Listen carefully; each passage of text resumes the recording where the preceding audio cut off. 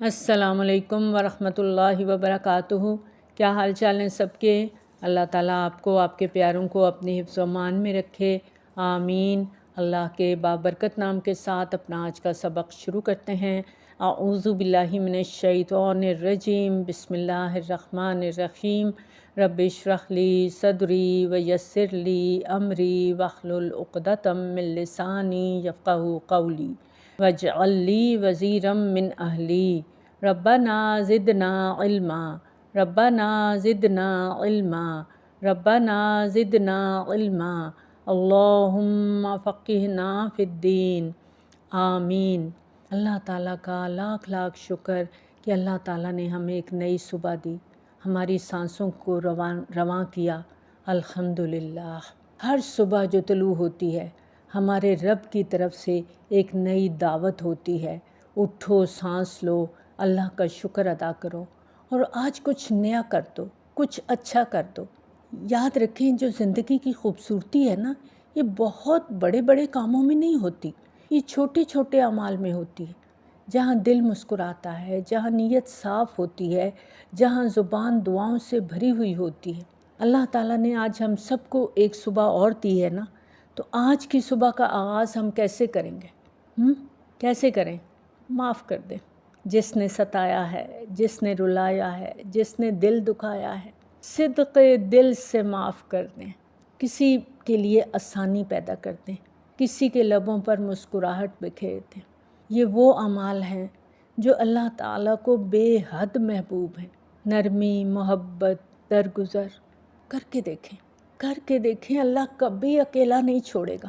اس دعا کے ساتھ آج کا سبق شروع کریں گے کہ آج کا دن ہم سب کے لیے سکون، برکت، خوشیوں اور بہت سی دعاؤں کا تحفہ لے کر آئے، آمین۔ آج ہم سورۃ البقرہ کا آخری رکوع پڑھیں گے۔ بے حد خوبصورت آیات ہیں، آیت نمبر 284 سے لے کر آیت نمبر 286 تک۔ بسم اللہ الرحمن الرحیم۔ للہ ما فی السماوات و ما فی الارض، آسمان اور زمین میں جو کچھ ہے سب اللہ کا ہے۔ یہاں اللہ تعالیٰ کی 3 صفات کا ذکر کیا گیا ہے۔ نمبر 1، للہ ما فی السماوات و ما فی الارض، زمین اور آسمان کی ہر چیز اللہ کی ہے، ہر چیز کا مالک اللہ ہے۔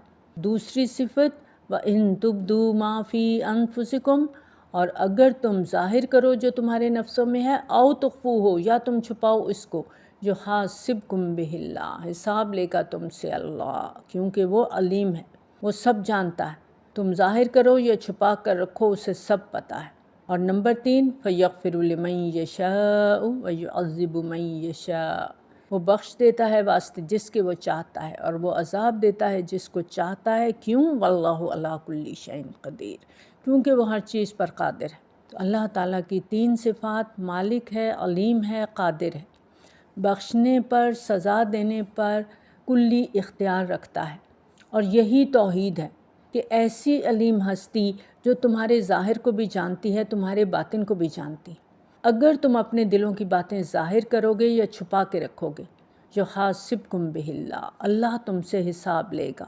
اللہ ایسی علیم ہستی ہے، اس کا علم اس قدر وسیع ہے کہ وہ دلوں کے بھید، دلوں کے اندر چھپے ہوئے ارادے اور خیالات تک کو جانتا ہے۔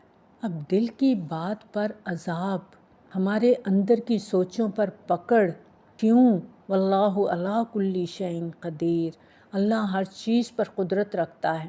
روایات میں آتا ہے کہ جب یہ آیت نازل ہوئی تو صحابہ کرام رضی اللہ تعالیٰ عنہم نے نبی صلی اللہ علیہ وسلم کے پاس حاضر ہو کر عرض کیا، یا رسول اللہ صلی اللہ علیہ وآلہ وسلم، نماز، روزہ، زکوٰۃ، جہاد، یہ سارے اعمال ہیں جن کا ہمیں حکم دیا گیا، ہم بجا لاتے ہیں کیونکہ یہ ہماری طاقت سے بالا نہیں ہے، لیکن دل میں پیدا ہونے والے خیالات اور وسوسوں پر تو ہمارا اختیار ہی نہیں ہے، ان پر بھی پکڑ ہو جائے گی، وہ تو انسانی طاقت سے باہر ہیں، لیکن یہاں اللہ تعالیٰ ان پر محاسبے کی بات کرتا ہے، تو یہ کیا ہوگا؟ نبی صلی اللہ علیہ وآلہ وسلم نے فرمایا، فی الحال تم سمعنا واطعنا ہی کہو کہ ٹھیک ہے اللہ تعالیٰ، ہم کوشش کریں گے، ہم مانیں گے۔ یہ ترمذی کی روایت ہے۔ چنانچہ صحابہ کرام رضی اللہ تعالیٰ عنہم کے جذبہ سمع اور اطاعت کو دیکھتے ہوئے اللہ تعالیٰ نے اگلی آیت میں فرما دیا، لا یکلفُ نفسا الا وسعہا۔ لیکن اس آیت میں جو 284 ابھی ہم نے پڑھی ہے، اس کے مطابق کچھ چیزیں ایسی ہیں جن پر محاسبہ ہوگا، چاہے وہ ہمارے دل ہی کی ہیں، اور کچھ چیزیں ایسی ہیں جو دلوں کے اندر آتی تو ہیں لیکن ان کا حساب نہیں ہوگا۔ مثلاً سب سے پہلے شرک، یہ دل کا عمل ہے۔ دوسری منافقت، یہ بھی دل کا عمل ہے۔ تیسرا بے وجہ شک، یہ بھی دل کا عمل ہے۔ ان پر محاسبہ ہوگا۔ شرک اور نفاق کے علاوہ بلا وجہ بدگمانی کرنا، کسی کے بارے میں برا سوچنا، دل میلا رکھنا، کیونکہ اللہ تعالیٰ نے قرآن میں ہی بتا دیا کہ بعض گمان گناہ ہوتے ہیں، ان پر پکڑ ہوگی، ان پر حساب ہوگا۔ اور وسوسے پر حساب نہیں ہے۔ وسوسے کے بارے میں نبی صلی اللہ علیہ وآلہ وسلم سے پوچھا گیا تو نبی صلی اللہ علیہ وآلہ وسلم نے فرمایا تلک صریح الایمان، یہ تو ایمان کی علامت ہے، یہ تو صریح ایمان ہے۔ چور وہیں آتا ہے جہاں مال ہوتا ہے، شیطان وہیں حملہ آور ہوتا ہے جہاں اللہ کی محبت ہوتی ہے، ایمان ہوتا ہے، وہیں وسوسے زیادہ آتے ہیں۔ تو جب وسوسہ آئے اور اس پر عمل نہ کیا جائے تو اس پر حساب نہیں ہوگا۔ نبی صلی اللہ علیہ وآلہ وسلم نے فرمایا اللہ تعالیٰ نے میری امت سے جی میں آنے والی باتوں کو معاف کر دیا ہے، البتہ ان باتوں پر گرفت ہوگی جن پر عمل کیا جائے یا جن کا زبان سے اظہار کیا جائے۔ یعنی وسوسہ اگر صرف وسوسہ ہے تو کوئی بات نہیں، اس پہ پکڑ نہیں ہے، لیکن اگر وسوسہ زبان پر آ گیا اور دوسروں کو بھی وسوسے میں ڈال دیا تو پھر پکڑ ہوگی، یا پھر انسان وسوسے پر عمل شروع کر دے تو پھر پکڑ ہوگی، پھر حساب ہوگا۔ لیکن حساب کے بعد اللہ جسے چاہے گا معاف کر دے گا، جسے چاہے گا عذاب دے گا۔ اللہ تعالیٰ کے ہاں محاسبے سے ہم سب کو ہر وقت ڈرنا چاہیے اور یہ دعا کرنی چاہیے اللہم حاسبنا حسابا یسیرا، اے اللہ ہمارا حساب آسان کر دینا۔ دیکھیں ہم نماز پڑھتے ہیں، اس میں خیالات آتے ہیں، یہ کوئی بات نہیں، نیچرل چیز ہے، کیونکہ کہیں بھی ہم بیٹھے ہوئے ہیں ہم اپنے دماغ کو کنٹرول نہیں کر سکتے۔ ہم سو رہے ہوتے ہیں، ہمارا دماغ پھر بھی کام کر رہا ہوتا ہے، وہ اپنا عمل جاری رکھتا ہے۔ جیسے سانس چلتا رہتا ہے اسی طرح دماغ میں سوچنے کا عمل جاری رہتا ہے، دل پر احساسات کا عمل جاری رہتا ہے، ان پر پکڑ نہیں ہے۔ لیکن اگر کوئی خیال آ جائے نماز کے اندر اور انسان اس پر یقین کر لے اور خود غور کر کے اور آگے سوچنا شروع کر دے تو پھر اللہ تعالیٰ کی طرف سے توجہ ہٹ جائے گی۔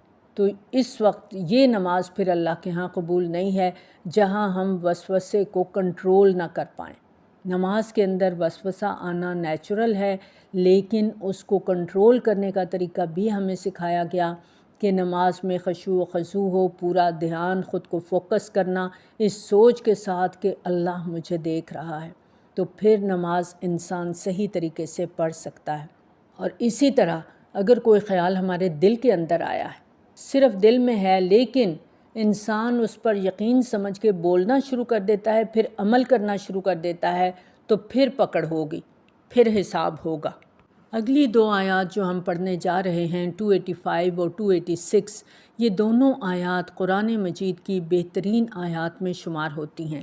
نبی صلی اللہ علیہ وآلہ وسلم نے فرمایا جو رات کو یہ دو آیات پڑھے گا اس کو شیطان سے کافی ہوں گی۔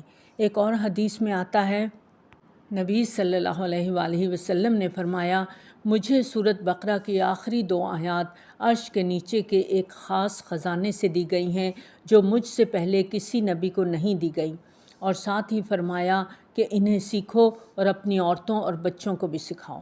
خاص طور پر رات کو انہیں پڑھنے کی تلقین کی گئی ہے، تو ہم ان کو یاد کر کے عشاء کی نماز میں بھی پڑھ سکتے ہیں۔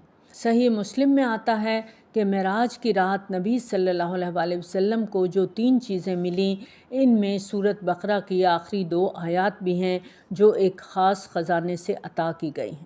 اور اب ان آیات پر ہم غور و فکر کریں گے کہ کیوں ان کی اتنی زیادہ اہمیت ہے، کیوں ان کی اتنی خاصیت ہے۔ آمن الرسول، ایمان لے آیا رسول، بما انزل الیہ من ربہ، اس چیز پر جو اس پر اس کے رب کی طرف سے نازل کی گئی، یعنی سب سے پہلے رسول صلی اللہ علیہ وآلہ وسلم نے خود مانا جو اسے دوسروں کو بتانے کے لیے دیا گیا، اور یہی سب سے بڑی خوبی اور بھلائی کی بات ہوتی ہے کہ کوئی شخص کسی کو اچھی بات بتانے سے پہلے اس پر خود عمل کرے۔ یہ پسندیدہ ترین صفات میں سے ہے، اور ناپسندیدہ ترین اور بدترین صفات میں سے یہ ہے کہ انسان دوسروں کو تو بتائے لیکن خود عمل نہ کرے۔ والمؤمنون، اور تمام ایمان والے، یعنی مومن اسے کہا جائے گا جو ان ساری چیزوں پر ایمان لائے جو نبی صلی اللہ علیہ وآلہ وسلم پر اتاری گئی ہیں، یعنی نبی صلی اللہ علیہ وآلہ وسلم خود بھی اور تمام اہل ایمان بھی۔ ان سب کو کہا جائے گا کہ وہ سب کے سب کیا کریں، کل آمن باللہ و ملائکتہ و کتبہ و رسلہ۔ یہاں ایمان کی تفصیل بتا دی گئی۔ تمام چیزیں جن کے بغیر ایمان مکمل نہیں ہوتا، سب سے پہلے آمن باللہ، اللہ کی ذات پر ایمان، پختہ یقین ہو کہ اللہ ہے اور وہ ذات واحد ہے، لا الہ الا ہو، لا کہہ کر تمام معبودوں کی نفی، اب اللہ کے ساتھ کسی کو شریک نہیں کر سکتے۔ نمبر 2، فرشتوں پر ایمان، اور نمبر 3، کتابوں پر ایمان، قرآن اور قرآن سے پہلے نازل کی گئی تمام کتابیں اور صحیفے، ان سب پر ایمان۔ نمبر 4، رسولوں پر ایمان، جتنے بھی انبیاء علیہم السلام آئے، رسول آئے، ان سب پر ایمان۔ لا نفرق بین احد من رسلی، ہم اس کے رسولوں میں سے کسی ایک کے درمیان بھی فرق نہیں کرتے۔ اللہ تعالیٰ نے بعض رسولوں کو بعض پر فضیلت دی، جیسا کہ تیسرے پارے کے آغاز میں آتا ہے، لیکن اللہ تعالیٰ نے ہمیں کیا سکھایا؟ لا نفرق بین احد من رسلی، کہ ہم تمام رسولوں کو مانیں، تمام رسولوں کا احترام کریں۔ جیسے یہود نے حضرت عیسیٰ علیہ السلام کا انکار کیا، نصارہ نے نبی صلی اللہ علیہ وآلہ وسلم کا انکار کیا، ہمیں سکھایا گیا ہے سب پر ایمان لاؤ، کسی کا انکار نہیں کرنا۔ ہم کسی بھی رسول کی شان میں کمی نہیں کرتے۔ امت مسلمہ کی خوبی یہ ہے کہ علم آ جانے کے بعد ان کے دل میں، ان کے ذہن میں وسعت آ جاتی ہے، اور جب وسعت آ جاتی ہے تو وہ کیا کہتے ہیں؟ قالوا سمعنا واطعنا، انہوں نے کہا ہم نے سن لیا اور ہم نے اطاعت کی، ہم مان گئے، کیونکہ یہود نے کیا کہا تھا؟ سمعنا وعصینا، ہم نے سن تو لیا ہے مگر مانیں گے نہیں۔ اب یہاں وقت ہے ہم اپنے آپ کو دیکھیں، اپنا جائزہ لیں، ٹٹولیں ذرا اپنے اندر کو، جھانکیں ذرا اپنے اندر، کہیں ہم صرف لسنر تو نہیں ہیں کہ بس سن تو لیں گے قرآن کی بات کو مگر کریں گے اپنی مرضی۔ صرف سننے کے لیے اس کو اوپن کیا ہے ہم نے، ماننے کے لیے نہیں کیا، عمل کے لیے نہیں کیا۔ ایسا نہیں ہونا چاہیے۔ ہر مسلمان کے لیے کیا فرض ہے کہ وہ کیا کہے؟ سمعنا واطعنا، اللہ تیری باتیں سن لیں، اب انہیں مانیں گے، کیونکہ اسی سے ایمان کی تکمیل ہوتی ہے۔ ایمان صرف زبانی دعوے کا نام نہیں ہے، اللہ تعالیٰ کی ہر بات کو ماننا یہ بھی ایمان کا حصہ ہے۔ نبی صلی اللہ علیہ وآلہ وسلم کی تعلیم تمام انبیاء علیہم السلام کی تعلیم کا خلاصہ ہے اور تکمیل بھی ہے، اس کو ماننا ضروری ہے، اور اس میں ہماری کوشش دیکھی جائے گی، ہماری نیت دیکھی جائے گی۔ غفرانک، اللہ ہم مانیں گے لیکن انسان ہیں، کمزور ہیں، کمی بیشی ہو جائے گی، تو اے اللہ تو اس کمی کو ڈھانپ دینا، اس کمی کو پورا کر دینا، معاف کر دینا، بخشش کر دینا۔ کہنے کے انداز سے تاثیر بدلتی ہے نا، الفاظ کی ادائیگی سے اثر میں فرق پڑتا ہے۔ جیسے حضرت ایوب علیہ السلام نے کیا دعا مانگی تھی؟ رب انی مسنی الضر وانت ارحم الراحمین، اللہ اے میرے رب مجھے تکلیف پہنچی لیکن تو تو ارحم الراحمین ہے۔ یہاں فرمایا غفرانک ربنا، تیری بخشش ہے ہمارے رب، ہمیں چاہیے، اس لیے کہ وَإِلَيْكَ الْمَصِيرُ، ہمیں تیرے پاس آنا ہے، ہمارا معاملہ تو تیرے ساتھ ہے۔ اگر ساری دنیا بھی ہم سے راضی ہو گئی اور تو راضی نہ ہوا تو ہمارے لیے کچھ نہیں، اور اگر تو نے معاف کر دیا تو دنیا ہمیں چاہے ناپسندیدہ ٹھہرائے، کوئی بات نہیں، ہمیں کوئی پرواہ نہیں۔ غفرانک ربنا وإلیک المصیر، اے ہمارے رب ہمیں بخش دینا، ہمیں تیری ہی طرف لوٹ کر جانا ہے۔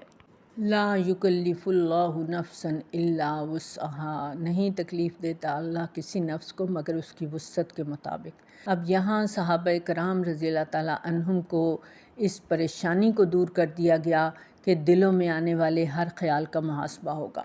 فرمایا نہیں، لا یکلف اللہ نفسا الا وسعہا، اللہ تعالیٰ ہر شخص پر اس کی وسعت کے مطابق بوجھ ڈالتا ہے۔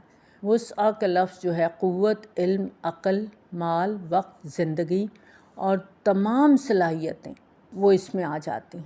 فرمایا اللہ تعالیٰ نہیں تکلیف دیتا کسی کو مگر اس کی وسعت کے مطابق، یعنی کوئی کام نہیں لیتا کسی سے مگر اس کی طاقت کے مطابق۔ مثلاً اگر کوئی شخص کھڑے ہو کے نماز نہیں پڑھ سکتا تو وہ بیٹھ کے پڑھ لے، اس پر بوجھ نہیں ڈالا گیا کہ وہ نہیں کھڑا ہو سکتا پھر بھی لازمی کھڑے ہو کے پڑھے۔ عبادت کرے، نماز پڑھے اتنی جتنی اس میں وسعت ہے، یعنی بیٹھ کر پڑھنے کی وسعت ہے بیٹھ کے پڑھ لے، مگر یہ حکم اس کے لیے نہیں ہے جو کھڑے ہو کے پڑھ سکتا ہے اب وہ بیٹھ کے پڑھنا شروع کر دے، اس سے پوچھا جائے گا۔ اسی طرح علم ہے، جسے کسی بات کا پتہ ہی نہیں تھا، اس نے جاننے کی کوشش بھی کی پھر بھی اسے پتہ نہیں چلا تو اس سے مکلف نہیں ٹھہرایا جائے گا۔ ہاں ایک شخص جان سکتا تھا، موقع موجود تھا، لیکن اس نے جان بوجھ کے نہیں جانا اور سوچا کیا کہ اگر پتہ چل گیا تو پکڑ ہوگی، بہتر ہے کہ پڑھو ہی نہ، سمجھو ہی نہ، پتہ ہی نہ کرو۔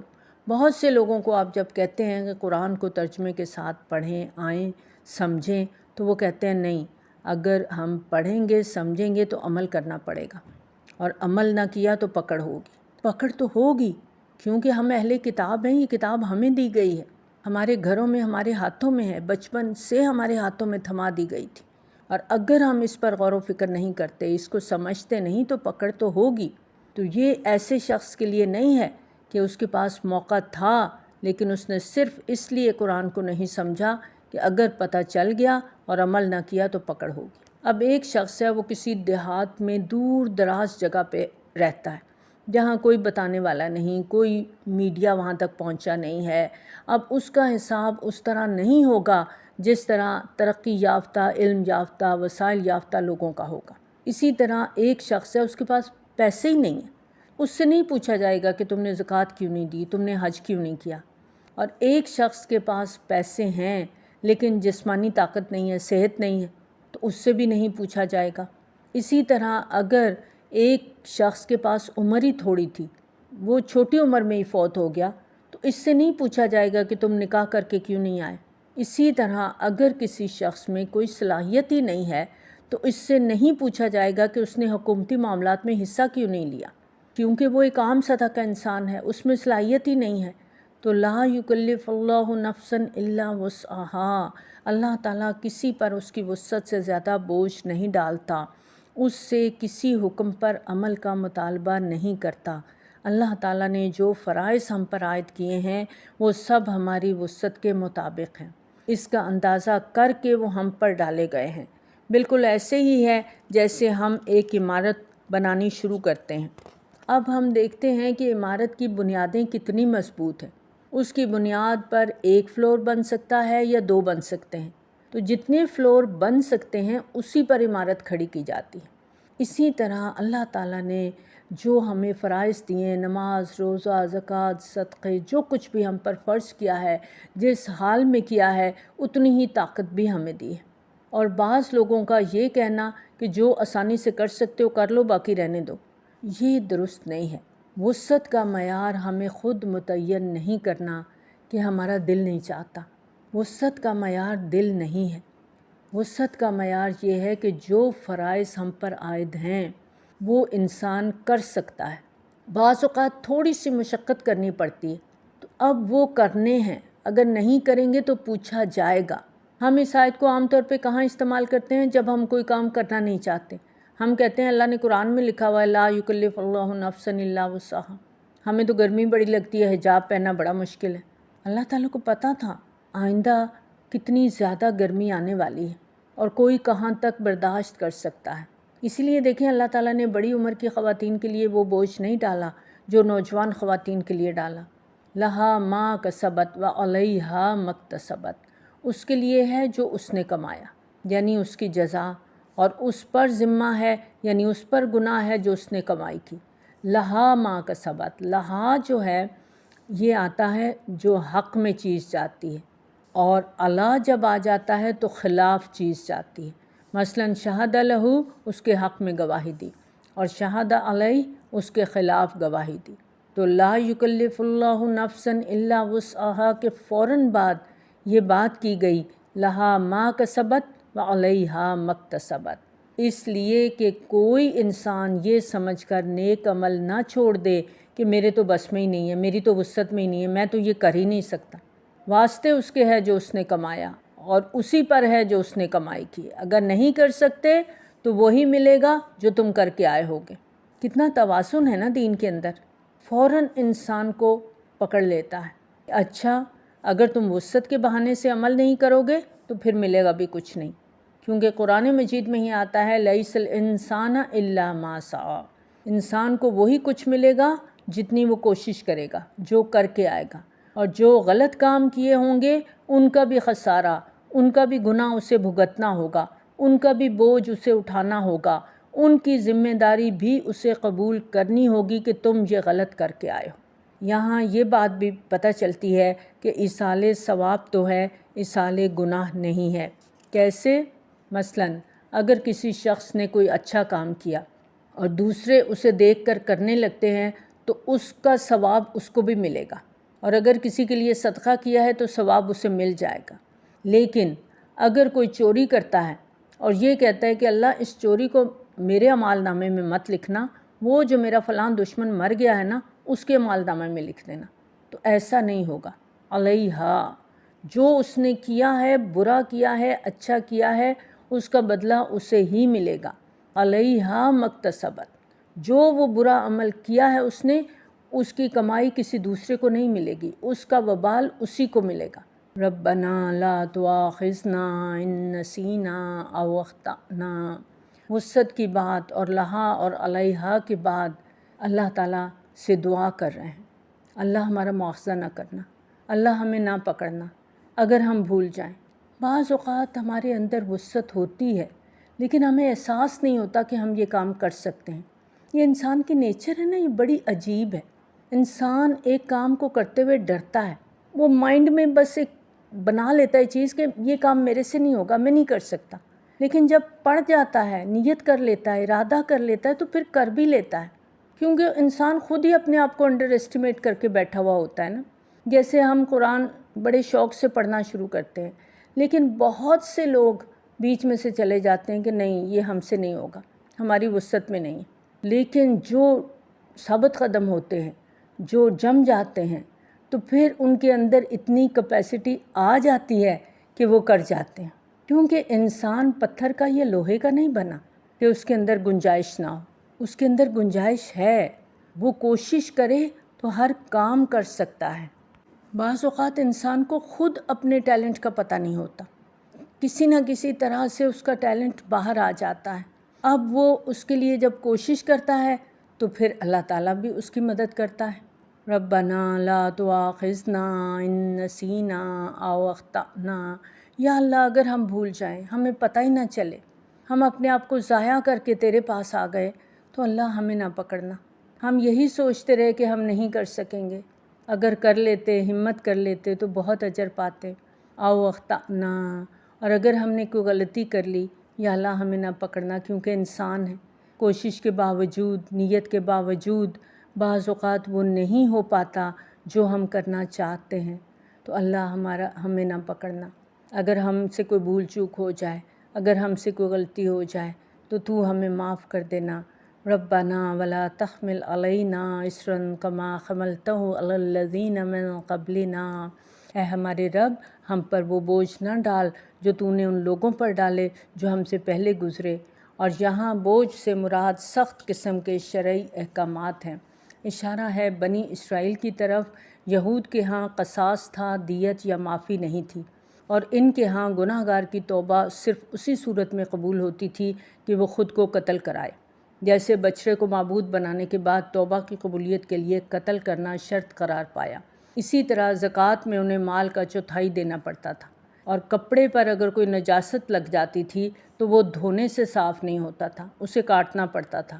حیض والی عورت گھر کے اندر نہیں رہ سکتی تھی، وہ گاؤں جو بھی ان کا لیونگ ایریا تھا اس کے باہر ایک احاطہ بنا ہوتا تھا، وہاں جا کے وہ رہتی تھی۔ تو یہ اتنی مشقت کی بات تھی، اتنے بوجھ تھے، اور اسی طرح ان کی زیادتیوں کی وجہ سے ان پر چربی حرام کر دی گئی تھی۔ تو دعا کر رہے ہیں، اللہ تعالیٰ جو بوجھ تو نے پہلی قوموں پر ڈالے یا اللہ ہم پہ نہ ڈالنا، ہمارے لیے اس دین کو آسان کر دینا۔ یا اللہ ہمیں اتنی آزمائش بھیجنا ہمارے اوپر جس میں ہم پورے اتر جائیں۔ ربنا ولا تحملنا ما لا طاقت لنا بہ، اللہ ہم پر وہ بوجھ نہ ڈالنا جس کی اٹھانے کی ہم میں طاقت نہ ہو، ہم سے وہ نہ پوچھنا، ان کا محاسبہ نہ کرنا جس کا ہم جواب نہ دے سکیں۔ دیکھیے ہر انسان کی طاقت مختلف ہوتی ہے، بہت سی چیزیں ہیں، بہت سے کام ہیں جو انسان نہیں کر سکتا، کچھ فزیکلی کمزوری ہوتی ہے، بعض اوقات ذہنی کمزوری ہوتی ہے، بعض اوقات حالات ساتھ نہیں دے رہے ہوتے، تو اس لیے کیا فرمایا کہ اللہ ہم پر وہ ذمہ داری نہ ڈالنا، وہ بوجھ ہم پر نہ ڈالنا جو ہم اٹھا نہ پائیں۔ آپ دیکھیں کہ ایک عورت ہے جو بیوہ ہے، بالکل ینگ ہے، اس کا کوئی سہارا نہیں ہے، یا ایک ایسی عورت ہے جس کے بچے معذور ہیں، ایسے حالات میں بعض اوقات انسان ناشکرہ ہونے لگتا ہے، بعض اوقات انسان خود صحت کے اعتبار سے پیرالائز ہو جاتا ہے، دوسروں کا محتاج ہو جاتا ہے۔ اللہ تعالیٰ سے دعا کر رہے ہیں، اللہ ایسی تمام سچویشن سے جن کی ہم طاقت نہیں رکھتے، کیونکہ طاقت نہ رکھنے کی وجہ سے پھر انسان ناشکرہ ہو جاتا ہے، بہت بوجھ اٹھا کے تھکنے لگتا ہے، اور بعض ایسے کام کر جاتا ہے جس سے فائدے کی بجائے الٹا نقصان ہو جاتا ہے۔ ربنا ولا تحملنا ما لا طاقت لنا بہ، یا اللہ تو ہمیں کسی ایسی آزمائش میں نہ ڈالنا جس میں ہم پورے نہ اتر سکیں، ہمارے دین کو، ہمارے ایمان کو، ہماری آخرت کو خطرہ لاحق ہو جائے۔ واعف عنا، اور ہم سے درگزر فرما، جو ساری نعمتیں پا کر ہم تیری ناشکری کر رہے ہیں، تیری ناقدری کر رہے ہیں، اللہ تو ہمیں معاف کر دینا، اور عفو ہوتا ہے مٹا دینا، ایسی معافی کہ جس میں نشان بھی نظر نہ آئے، یعنی اس طرح رب کرنا کہ کوئی نشان بھی باقی نہ رہے۔ اللہ تو ہمارے اعمال نامے سے ہماری غلطیوں کو وائپ آؤٹ کر دینا، واغفر لنا، اور ڈھانپ دینا۔ بعض اوقات ہوتا ہے نا، داغ کو مٹا بھی دیں تو کچھ نہ کچھ نشان باقی رہ جاتا ہے، تو اللہ تعالیٰ سے دعا کر رہے ہیں، واعف عنا واغفر لنا، اللہ جو تھوڑی بہت ہماری غلطی رہ جائے گی اسے بھی ڈھانپ دینا اپنی رحمت کے ساتھ، اپنے فضل کے ساتھ، اپنے کرم کے ساتھ۔ ورحمنا، اور ہم پر رحم کر دے، انت مولانا، تو ہی ہمارا مولا ہے، ہمارا والی ہے، ہمارا وارث ہے۔ فانصرنا علی القوم الکافرین، پس کافر قوم کے مقابلے میں ہماری مدد فرما۔ یہ آیات ہجرت سے 1 سال پہلے معراج کے موقع پر نبی صلی اللہ علیہ وآلہ وسلم کو دی گئیں، مکی آیات ہیں لیکن مدنی صورت کے آخر میں رکھ دی گئیں۔ جب یہ آیات نازل ہوئیں تو وہ دن مسلمانوں کے لیے بڑے سخت دن تھے، بہت بھاری دن تھے، ہر طرف کافروں کا غلبہ تھا، ان کی یلغار بڑھتی چلی جا رہی تھی، کفر اور اسلام کی کشمکش اپنی انتہا کو پہنچی ہوئی تھی، مسلمانوں پر مصیبتوں کے پہاڑ ٹوٹے پڑ رہے تھے، ایسے لگتا تھا اب اس سے زیادہ برداشت نہیں کر سکتے، اور نبی صلی اللہ علیہ وآلہ وسلم نے بہت سے نازک موقعوں پر ایسی دعائیں مانگی، اور اس موقع پر ایک خاص خزانے سے یہ آیات دی گئیں۔ حضرت معاذ بن جبل رضی اللہ تعالیٰ عنہ اس سورت کے خاتمے میں آمین کہا کرتے تھے، تو کیا پتہ چلتا ہے کہ آمین صرف سورت فاتحہ کے آخر پر نہیں بلکہ سورت البقرہ کی آخری آیات کے بعد، بلکہ تمام دعاؤں کے بعد پڑھنی چاہیے۔ جب آمین کہا جاتا ہے تو قبولیت ہوتی ہے، دعا قبول ہو جاتی ہے۔ ہم سب کو یہ ادب آنا چاہیے کہ جب کوئی دعا کر رہا ہو تو سننے والے دعا سنیں اور آمین کہیں تاکہ دعا قبول ہو، اس طرح وہ دعا کرنے والے کے ساتھ شریک ہو جاتے ہیں، اور جو شخص سورت بقرہ کی آخری 2 آیات رات کو پڑھ لیتا ہے وہ اس کو کافی ہو جاتی ہیں۔ یہ نبی صلی اللہ علیہ وآلہ وسلم کی حدیث کا مفہوم ہے، یعنی اللہ تعالیٰ کی طرف سے نصرت اور استعانت اس کے شامل حال رہتی ہے۔ تو اس رمضان میں ہم ایک اور کوشش کریں گے، وہ یہ کہ ہم ان آیات کو یاد کریں گے اور اپنی نمازوں میں پڑھا کریں گے۔ کوشش کرنی ہے آج سے، ابھی سے تھوڑی تھوڑی کر کے یاد کریں۔ بڑی خوبصورت آیات ہیں، بہت پیاری دعا ہے اس کے اندر، ہم سب کو ان آیات کا حریص ہونا چاہیے۔ کریں گے یاد انشاءاللہ، آج سے شروع کر دیں گے، ابھی سے شروع کر دیں گے، اور اس دعا کے ساتھ ہم یہاں سے رخصت ہوتے ہیں کہ اللہ تعالی ہماری مدد فرمائے اور ہم ان آیات کو انشاءاللہ یاد کریں گے۔ ایک ہوتا ہے یاد کرنا، ایک ہوتا ہے یاد رکھنا۔ یاد کرنے کے بعد جو یاد رکھنا ہے یہ اگلا قدم ہے اور یہ بہت اہم ہے، اور یاد رکھنے کے لیے بار بار دہرانا ضروری ہے۔ اس کے لیے جب بھی آپ قرآن کی کوئی بھی آیات یاد کریں اپنی نمازوں میں شامل کر لیں تو آپ کو انشاءاللہ ہمیشہ یاد رہیں گی۔ اللہ آپ کا حامی و ناصر ہو، آمین۔ وآخر دعوانا الحمد للہ رب العالمین۔ سبحانک اللہم و بحمدک، نشہد ان لا الہ الا انت، نستغفرک و نتوب الیک۔ السلام علیکم ورحمۃ اللہ وبرکاتہ۔